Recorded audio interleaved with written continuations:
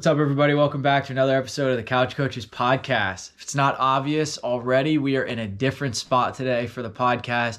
Shane's not feeling too well, so we had to run this one solo, but it's going to be a good one nonetheless. We're going to talk Sheddeur Sanders' debut, and then also this new kickoff return rule, all the numbers behind it. So we're going to get right into it. I'm super excited for this one, so let's do it. But before we get into anything, we're just going to talk the Giants. New headline, they fired their defense coordinator, Shane Bowen, which I think was a long time coming.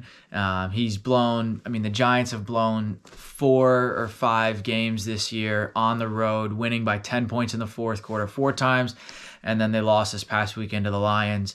And I think it just goes to show you, like, as Malik Neighbors posted and then he deleted it, like, It really is like, what are we doing, right? And I think this is a debate, right? You're 2-9, you're sitting there, 4th and goal, and you have the decision. You can either kick the field goal, go up by 6 points, give the ball back to the Lions and say, you got to go down and score a touchdown, or you try and go for the jugular, score the touchdown, and pretty much put the game away, put yourself up by 10. And Malik Neighbors is like, what are we doing? Like, is this football or not? Like, you kick the field goal and trust your defense.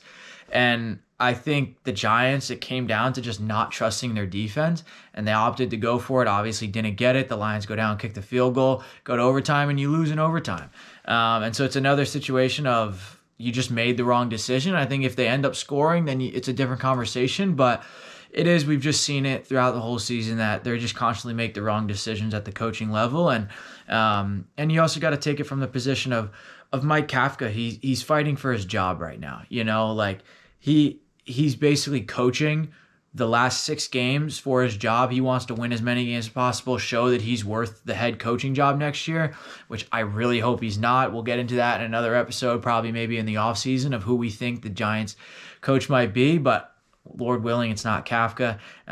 So I think the Giants right now are in a perfect position. I'm really happy they lost this week. They're 2-10 right now, only team eliminated from the playoffs statistically. And right now we're sitting at the 2 pick, which I think is a great spot because you can trade down with some of these quarterback needy teams, or you can just stick and pick and get, you know, someone who you really need in the draft. So I'm really happy the Giants lost, even though it is kind of like a what are we doing situation. And I really feel like we do have the roster to make some good moves and really be there next season and compete. But talking about another team that's not doing too well either, the Cleveland Browns, they started Sheddeur Sanders this week for his debut. In his debut, he threw for just over 200 yards, touchdown, and interception. And I think he was 11 for 20 or something like that. And while the Browns did win, right, I really don't think we can go out and say Sheddeur looked that good. He had that one deep ball to Isaiah Bond, which was a beautiful throw. But other than that, he had 60 yards on one screen pass to Dylan Sampson. And so other than that, you know, he's 10 for 19 on, 140 yards passing. And so it's like he really didn't perform that well, in my opinion. But he's a confident kid. And so it'll be interesting to see what happens moving forward. To be honest, I'm not backing him. I don't really think he's the guy. But I think if you're the Browns, you're in a perfect situation, right? Because you spent a 5th-round pick on him and a 3rd-round pick on Dylan Gabriel. And so you're in a position right now where you only have, I think it's, let me see what his contract is. You only have $4.5 million for Sheddeur over the next 4 seasons, and you only have 6.5 to Dylan Gabriel, right? And obviously you have the Deshaun contract, which sucks, and that's going to tie him down. But you really say, hey, Sheddeur, these next 6 weeks, it's your time to prove yourself if you're going to be our franchise guy. If not, no worries. They cut him. They take a cap hit of like $1 million or whatever it is, and they go and draft a quarterback in the top round in this year's draft, because really only the Jets and the Raiders are the only other teams that are looking to get quarterback. And you got Mendoza, you got Ty Simpson, and you got Moore from Oregon. You really have those 3 guys, and there's 3 teams that need them. So realistically, they're going to get one. Obviously, it depends on who they want, who's their guy, and then maybe trade up if they keep winning games. Because right now, I think they're sitting somewhere like right now they're picking at 6, right? So they probably would have to trade up to get the guy they want, but there's still more games in the season. We'll see what happens with them. So it will be interesting. I'm not really backing Sheddeur yet. I think he's a confident guy. I'm interested to see what happens. And obviously with his dad, and he's got the right people behind him, but we'll see. But I think if you're a Browns fan, it's like Myles Garrett is your only bright side. And so you're just saying, Sheddeur, we've got nothing to lose. Either you show up and you're good and we rock with you, or you say you suck and it's no problem and we'll just go get one of these quarterbacks in the next draft class. So it'll be interesting to see what happens and how he does. Rooting for him, but really, really not buying his stock quite yet. And then the last thing that I want to talk about is this new kickoff rule, right? If anyone who doesn't know, in 2023, the kickoff rule was you kick it off at the 35-yard line, your team starts at the 30 and you run, and then when he kicks it, you can pass the 35-yard line. The receiving team stands 10 yards farther at the 45 and they have their own formation, but their first guys are at the 45-yard line, and then they catch it and return it like normal. If you were to kick a touchback, the ball goes to the your own 25-yard line and the drive starts from there, right? In 2024, they decided that they were going to have a rule change of the kickoff because the kickoffs were only getting returned at about a 22%, right? Were only returned. So they're like, all right, we want to generate more exciting plays, a better kickoff. So they made it where from now on, your team stands at the opposing 40-yard line. Your team stands at the opposing 40-yard line, all 10 guys on the kickoff. The kicker is still at the 35, but the kickoff team is at the opposing team's 40-yard line. The receiving team can be anywhere between the 35 and the 30. They can set up however they want, but at least 9 players have to be in between there. And then 1 or 2 of their players have to be between the 20-yard line and the goal line. And that's called the landing zone. And so the kicker kicks it. He can either kick it in the landing zone or he can kick it for a touchback. If he kicks it for the touchback in 2024, it got brought to the 30-yard line. And then if he kicks it to the receivers, they had to return it. There was no longer fair catch. There was no longer anything. You had to return it if it was kicked into the landing zone, right? And so the idea was to generate more kickoff returns.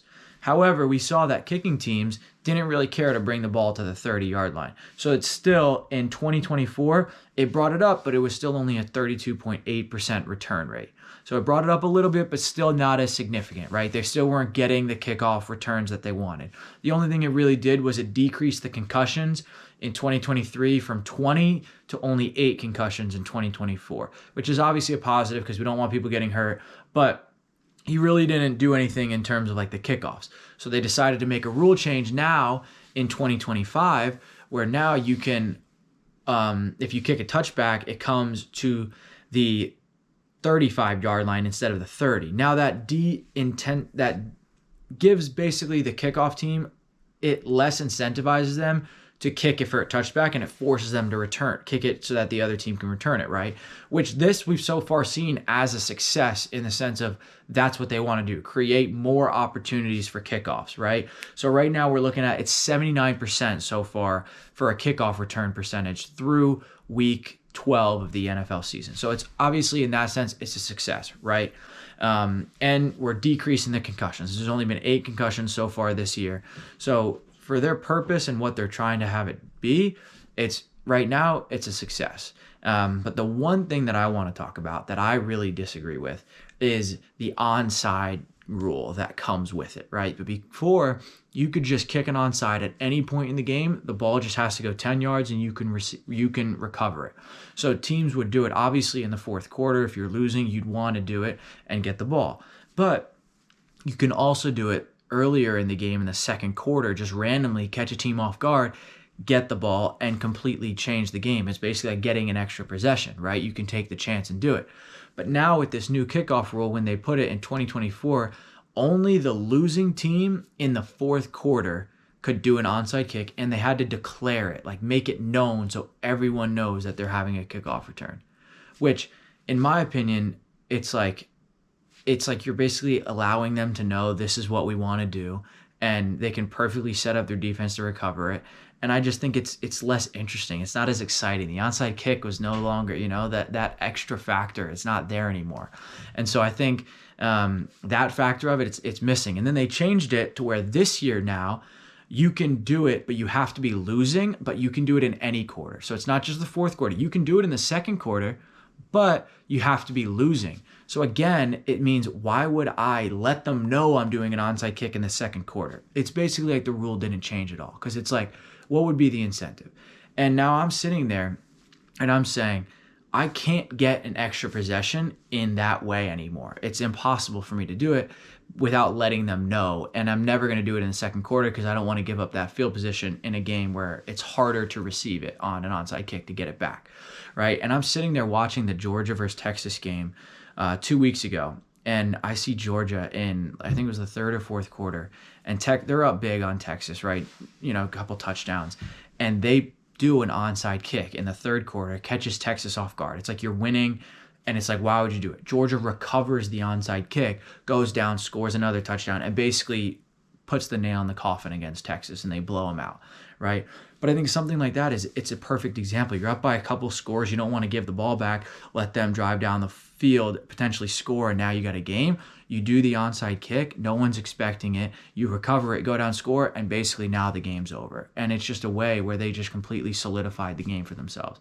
So I don't know. I think it's one of those things where, unless they wanted to put it in there for more exciting kickoff returns and more kickoff returns and less concussions, which in that factor they are, right? You had 7 kickoff returns for touchdowns last year. You only have 2 this year, and you had 4 in 2023. So it is a little bit working in that way for the reason they designed it. But for someone like me who likes the trick play, who likes the coach getting savvy, calling the right play at the right time, that's going to change the game. I really wish they would keep it and have some way where you can do an onside kick, where you can perform that, and it's a way where you can gain an extra possession from a team. I'd love for them to figure out some sort of way to do that. But unfortunately, I don't see a rule change coming anytime soon, because the reason they changed the rule, it's working for that reason right now. And so for them, they call it a success. For me, as a fan of the game, I don't like it, because kickoffs used to be just a commercial break, essentially. No one really watched kickoffs. And now it's like, you're still not really watching kickoffs, in my opinion. So I don't really like it that much. It's not really changing too much of the game from my perspective, from a fan perspective. But I don't know. Let me know down in the comments what you guys think. If you guys missed the old kickoff rule, or if you like the new one. And appreciate you guys sticking along. We'll be back next week. Hopefully Shane will be good. So stick around, hit that subscribe button. Peace out.